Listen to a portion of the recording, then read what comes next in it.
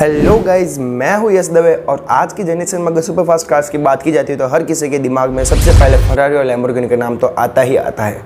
और दोस्तों, क्या आपको पता था कि लैम्बोर्गिनी की सक्सेस के पीछे फरारी के मालिक एंजो फरारी का ही हाथ था। बट कैसे? तो दोस्तों, हम लोग इस वीडियो में जानेंगे कि फरारी और लैम्बोर्गिनी के बीच में क्या कनेक्शन है ऐसा। तो दोस्तों, आपको मैं बता दूं कि लैम्बोर्गिनी कंपनी के मालिक फारुसियो लैम्बोर्गिनी अपने शुरुआती दौर में सेना में इस्तेमाल किए गए पुराने पुर्जों से ट्रैक्टर बनाया करते थे और उन ट्रैक्टर को बेच के वो अच्छा खासा कमा लेते थे। सो गाइस, अभी आप लोगों में से काफ़ी लोगों के दिमाग में क्वेश्चन आ रहा होगा कि फारुसियो लैम्बोर्गिनी ट्रैक्टर बेचते थे तो उन्होंने कार कंपनी कैसे खोली? इतनी बड़ी कार कंपनी जो कि आज बहुत ज़्यादा फेमस हो चुकी है, वो कार कंपनी कैसे खोली? तो दोस्तों, अभी हम लोग इस वीडियो में जानने वाले हैं कि उन्होंने कैसे खोली एक बड़ी कार कंपनी एक ट्रैक्टर बेचने से। सो दोस्तों, ट्रैक्टर बेचने के पैसों से एक बार फारुसियो लैम्बोर्गिनी ने एक फरारी कार खरीदी और जैसे उन्होंने उस फरारी कार को ड्राइव किया तो उनको उस फरारी कार में काफ़ी कमियां दिखी और उन्होंने सोचा कि इन कमियों को क्यों ना फरारी कार कंपनी के मालिक एंजो फरारी को बताया जाए। और फिर क्या दोस्तों, चले गए फारुसियो लैम्बोर्गिनी फरारी के शोरूम में।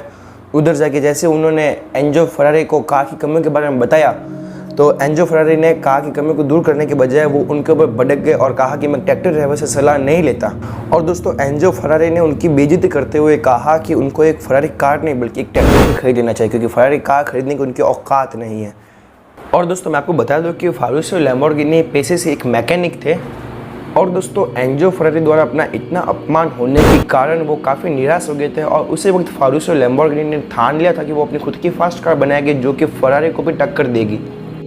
और दोस्तों, फारुसियो के पास अपनी एक फास्ट कार बनाने का जो पूरा प्लान था वो उनके दिमाग में था और उन्होंने उस कार पे काम स्टार्ट भी कर दिया था। और दोस्तों, महज कुछ महीनों की मेहनत से ही फारुसियो ने अपनी खुद की पहली स्पोर्ट्स कार तैयार कर ही ली।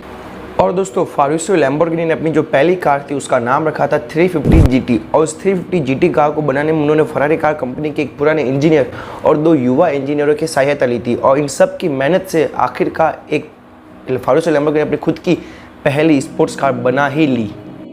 दोस्तों, लैम्बोर्गिनी की जो पहली कार थी 350 GT उसमें V12 इंजन लगाया गया था जो कि उस टाइम का सबसे ताकतवर इंजन था। और दोस्तों, 1963 में ये कार बनकर तैयार हो गई थी और 1964 में इसकी बिक्री भी स्टार्ट हो गई थी। और दोस्तों, 1964 में जैसे ही लैम्बोर्गिनी कार की बिक्री स्टार्ट हुई तो दोस्तों, लोगों के बीच में उस कार को खरीदने की होड़ बढ़ गई थी क्योंकि वो ऐसी पहली कार थी उस ज़माने में जो कि फरारी की कारों को टक्कर दे रही थी।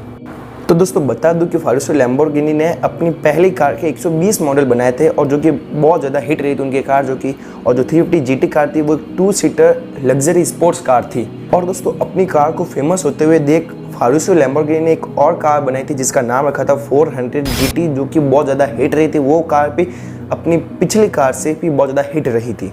और दोस्तों, 1966 में लॉन्च हुई लैम्बोर्गिनी की म्यूरा कार ने लैम्बोर्गिनी कार कंपनी को वो शौहरत दिलाई जो कि उनको काफ़ी सालों से इंतजार था उस शौहरत का।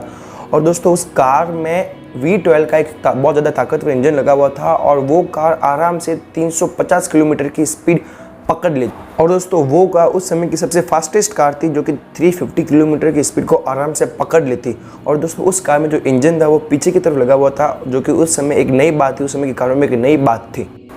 तो दोस्तों, ऐसे हुई थी लैम्बोर्गिनी कार कंपनी की स्थापना। और दोस्तों, एंजो फरारी द्वारा जो फारुसियो लैम्बोर्गिनी की बेइज्जती की गई थी उसकी वजह से उन्होंने फारुसियो लैम्बोर्गिनी ने वो कारनामा कर दिखाई कि उस ज़माने के लोग उसके बारे में सोच भी नहीं सकते थे।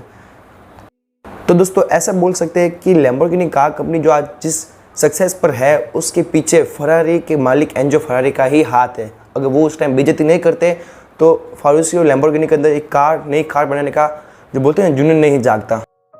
और दोस्तों, आज ये लैम्बोर्गिनी और फरारी दोनों कार कंपनियां दोनों सेम पोजीशन पे है। दोनों की जो स्पोर्ट्स कारें हैं वो आज पूरी दुनिया में बहुत ज़्यादा पसंद की जाती है, बहुत ज़्यादा पसंदीदा कारें हैं और दोनों कार कंपनियां एक अच्छी पोजीशन पे है। तो दोस्तों, हम लोगों ने इस वीडियो में बात की कि लैम्बोर्गिनी कार कंपनी की स्थापना कैसे हुई।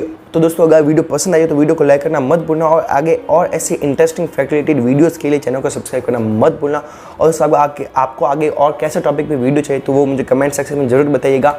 तो दोस्तों, मिलते हैं नेक्स्ट वीडियो में। Thanks for watching.